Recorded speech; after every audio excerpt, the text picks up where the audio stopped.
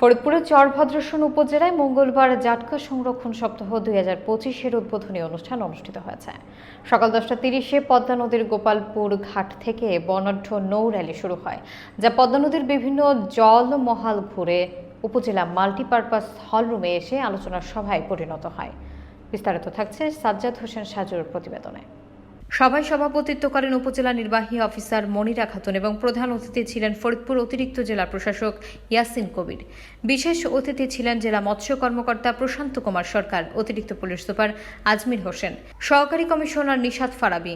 জাটকা ধরা বন্ধ হলে ইলিশ উঠবে জাল ভরে, এই প্রতিপাদ্যে আলোচনা সভায় বক্তব্য দেন জেলা মৎস্য অফিসার সিনিয়র সহকারী পরিচালক হারুন রশিদ, ইউপি চেয়ারম্যান আজাদ খান, নৌ পুলিশ ইনচার্জ নাসিম উদ্দিন, উপজেলা বিএনপি নেতা শাহজাহান শেখদার এবং অন্যান্য নেতৃবৃন্দ। আলোচনায় জাটকা নিধনকারী এবং কারেন্ট জাল ব্যবহারকারী শতাধিক জেলে তাদের বিভিন্ন দাবি তুলে ধরেন, যেগুলোর উপর ভিত্তি করে সংশ্লিষ্টরা আলোচনা শেষ করেন। ধন্যবাদ।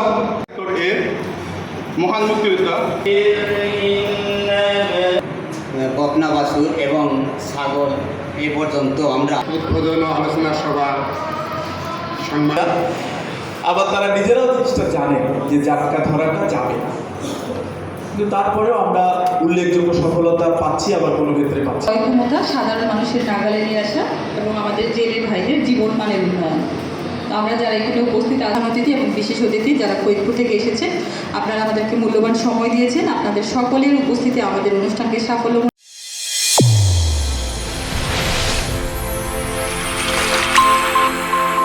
চ্যানেল A1 হৃদয় রেসপন্স।